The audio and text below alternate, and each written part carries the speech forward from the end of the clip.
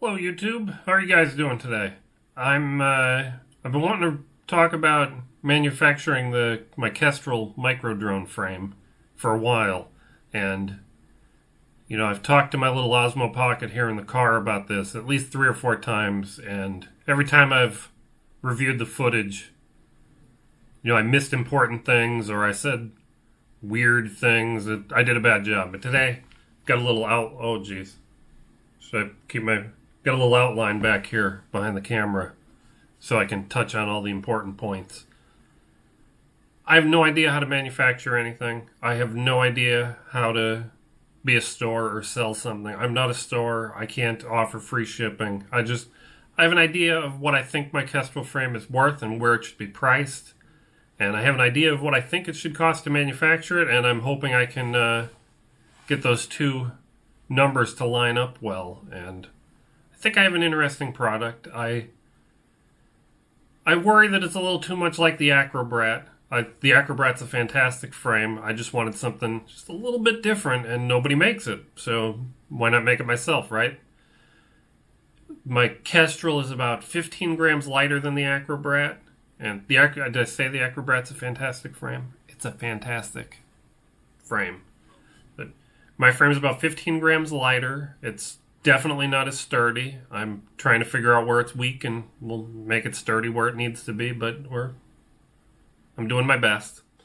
I'm a fan of individual replaceable arms, as long as they fit in the weight. As long as I'm not adding 10 grams by using all these extra nuts and bolts and things. I'm pleased with the idea.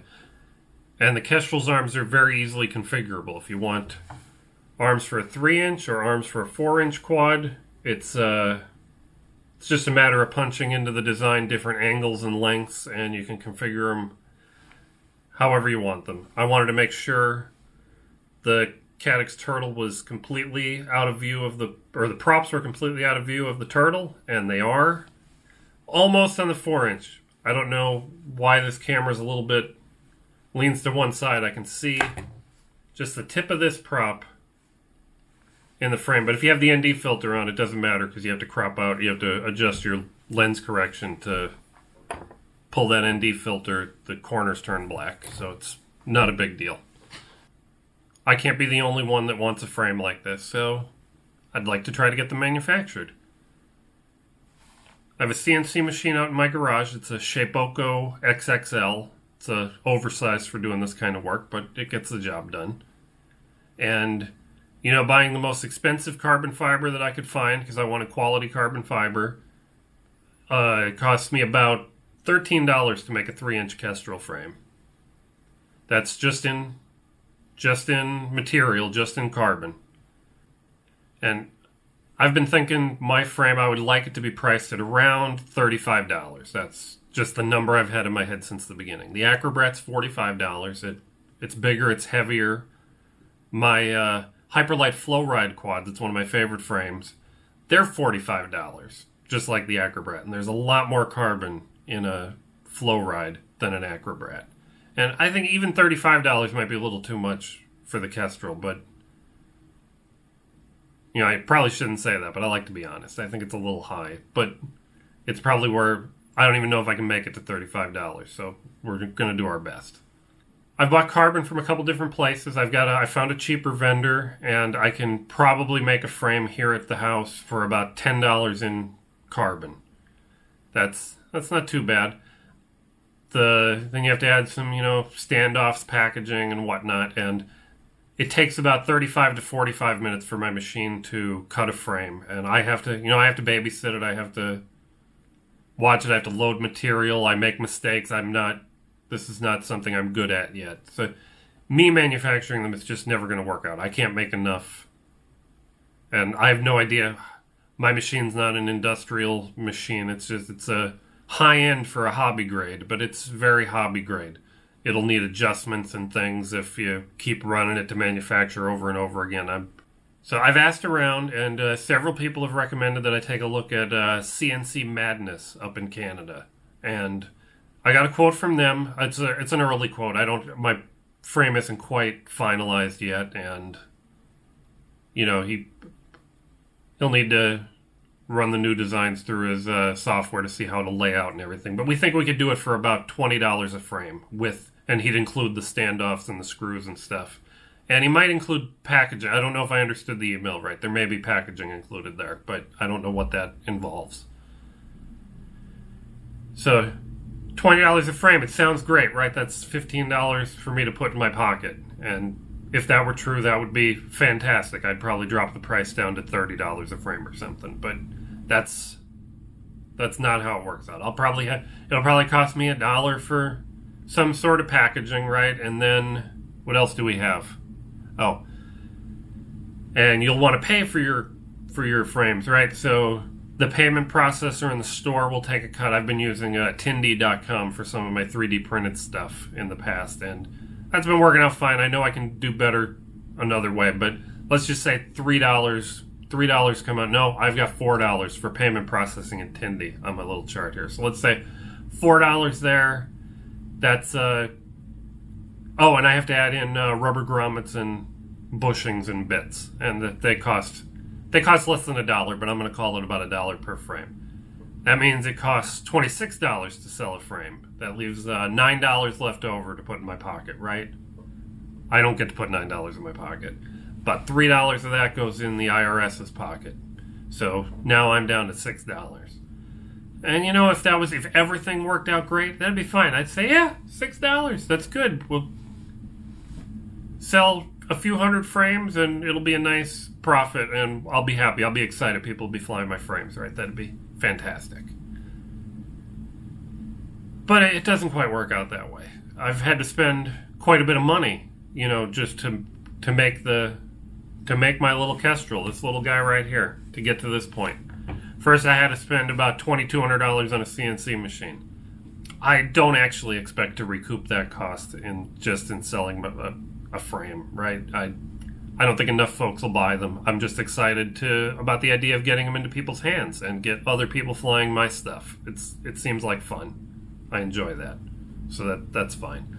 But I've already burned through probably about $120 worth of carbon fiber. Probably not all of it, but I've burned through a lot of it. Just cutting out parts, failing, goofing up, cutting things and learning that they didn't quite work out where it didn't quite fit where I wanted. Like, getting the placement for the camera is critical because you need enough room. You need to be far enough forward that you don't see the props, far enough back that your weight distribution isn't horrible, but still have room for the Cadix Turtles second PCB board back here. So a lot of little things that you goof up, and we've spent a lot of time on these rubber grommets, you have to get the hole the right size and the tab that goes in to be the right size, and I don't even know if I'm finalized on where that's going to be yet, but we're close.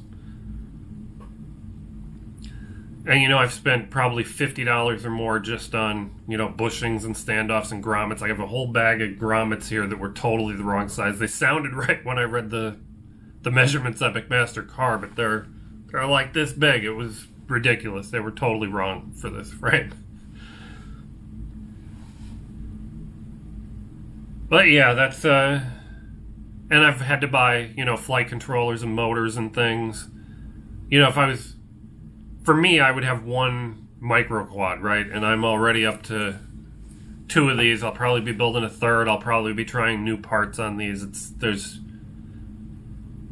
don't know if that quite counts as research and development costs, but I'd like to be able, when I manufacture the frames, I'd like to be able to recommend a couple of sets of parts that you guys can just put in and be happy and have a well-tuned, well-flying quad for a reasonable price. So how do you pay back this research and development? If I'm only making $6 a frame, I'll have to sell 30 frames before I even get that money back for the carbon and the grommets and standoffs and things. And probably another 30 frames just to pay for the electronics that I really didn't have to buy. I still have those electronics, so it's not like that was just money spent and thrown away, right? So that's okay. And I have some of the frames. I've given away some of the frames. It's like my friend Brian has one, and he crashed last weekend, and his top plate came off, and I was like, oh no, I must have screwed something up. The top plate shouldn't be able to wiggle its way loose. And he has one of the older bottom plates that have a lot of, if you can see up in here, there's a little bit of a gap, you need just enough of a gap that you don't transfer the vibrations to the top plate. And his has a huge gap. You can move the top plate side to side, and I feel like I have to replace that for him, but I doubt he wants to take it apart to do that. And things can go wrong, right? What if I sell you a frame and it gets lost in the mail, it gets damaged, there's for some reason something goofed up and there's a missing part? I at least have to spend, it costs me about a frame's worth of profit just to mail you a replacement part, right? And plus the cost of the part. And if the frame goes totally missing, I've got to spend about $6 or $7 on shipping, and there's what did we decide it was? Well, it's not really $26. Let's just call it $20. There's another 3.5 frames worth of profit just to send you another frame. It's every time something screws up, it'll lead into that. It'd be nice if the profit margin was twice as big, it'd only be 2 frames worth of profit every time something screws up. And, that'd be more comfortable. It's a little bit riskier when I'm only making $6 a frame. I don't even know if I'd want to do it at $6 a frame. So what are the 2 choices here? We can I can either charge more for the frame, bring it up to, $40, or I can get the frame manufactured in China. And I've been doing a bad job getting quotes on that. I sent out a request to one company, and they're acting like they never got the email with the DXF files, and they keep messaging me on Alibaba. I don't know. I'm gonna keep looking. That's probably what I'll do this week, is research that a little bit more. But I keep saying I wouldn't be surprised if China can manufacture my frame at the cost of what I'm paying for carbon fiber. So if they could do it for $10 or $13, it would not surprise me. Maybe the carbon wouldn't be as good. There's a lot of crappy carbon. That's a bit scary. That's one of the risks of dealing with China, is I might get terrible cheap carbon fiber.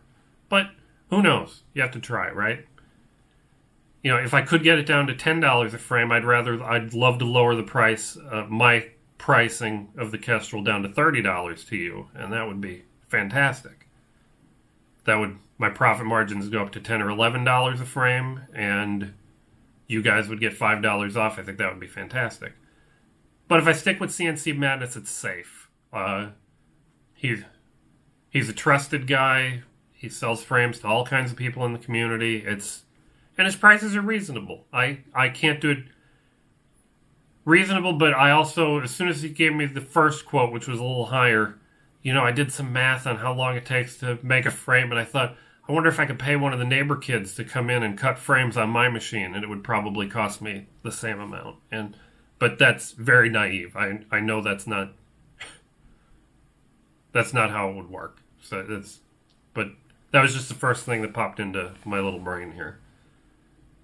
But yeah, $20 a frame. I'd have to bring the price up to $40. That would bring me around to $10 or $11 in profit per frame, and I don't think that's too bad.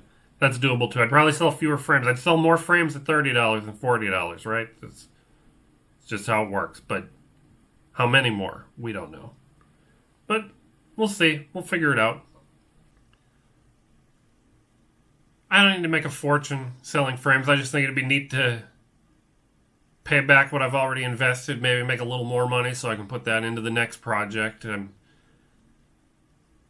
wasn't gonna. I feel like I should design a 5-inch frame because I mostly fly 5-inch quadcopters, and why am I not flying my own frame, right? That's just silly to be flying somebody else's frame. But Bob Ruge designs fantastic frames. I love the Flow Ride, I love the Floss Style, and I love his new Glide frame. I haven't even seen his new Glide frame in person yet, but they're fantastic frames at reasonable prices. Why would I fly anything else, right? But we need more open source frames, so I'm still tempted to do it anyway. And it's a bummer because in my mind, I'm just going to design another Flow Ride or Floss Style looking frame. It'll be very similar. It's just, what else are you going to do? You have a fuselage with 2 to 3 stacks, 30 in the middle and 20 millimeters in the front and back, and a camera and arms. It's just, everybody has them already, right? But we need more open source frames, right? So let's, I might do it anyway. But if you like what I'm doing, you want to support what I'm doing, you don't have to buy a frame. You don't have to support me on Patreon. Nobody supports me on Patreon. I don't know how to work Patreon, I don't think. But I don't need money for support. Just liking my video, subscribing to my channel is fantastic. Leaving a comment is even better. I think YouTube loves when you leave comments. But you can stop by, ask me questions. You can stop by our Discord server. There's a link to our Discord server and my Patreon and my blog. And there's links to everything down in that description. But you can stop by Discord. Tell me I'm doing a good job. Tell me I'm doing a bad job. Tell me what I'm doing wrong. I don't know. I don't know what I'm doing. I just want to be open about everything. But yeah, that's about it. I'm going to sign off. You guys have a good day. Hope you tune into the next one.